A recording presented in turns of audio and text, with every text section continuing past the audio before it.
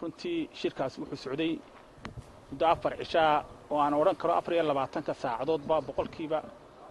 80 waa la shaqeynayay hawlgal fara badan ujeedada ugu weyn ee Soomaaliland ay halka la tagtay waxa yoolkiisu inay Soomaaliya aqoonsato goonistaagga Soomaaliland waa hadafka shirarkii hore iyo kanba uu socday marka muddada 4 cishaa doodo fara badan baa laga hadlay waxa la diyaar gareeyay oo labada dhinac isla qaateen in uu socdo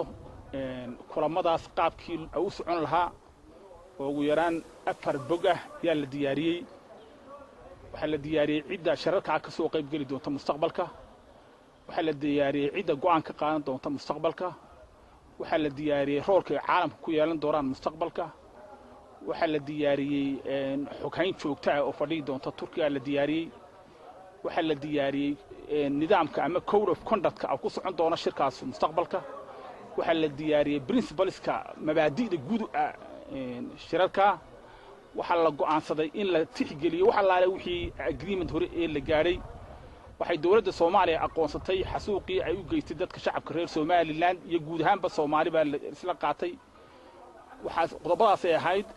kullay waan hayaa halkan ay ku wada taxan yihiin waa ilaa 4 bog weeye oo u qala qaabilsan framework guud ee shirarku socon doonaan ajendaha nuxurka laga hadlayo oo ah 5 qodob shanta qodob waxay noqon doonaa ajendaha mustaqbalka laga hadli doono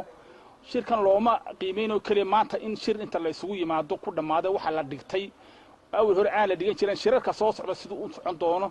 muxuu noqon doonaa ajendu saan mar dambe looga murmin oo ah 5 qodob ka ugu horeeya oo arrinka Soomaaliland the focus of the agenda will be the nature of future relations with entities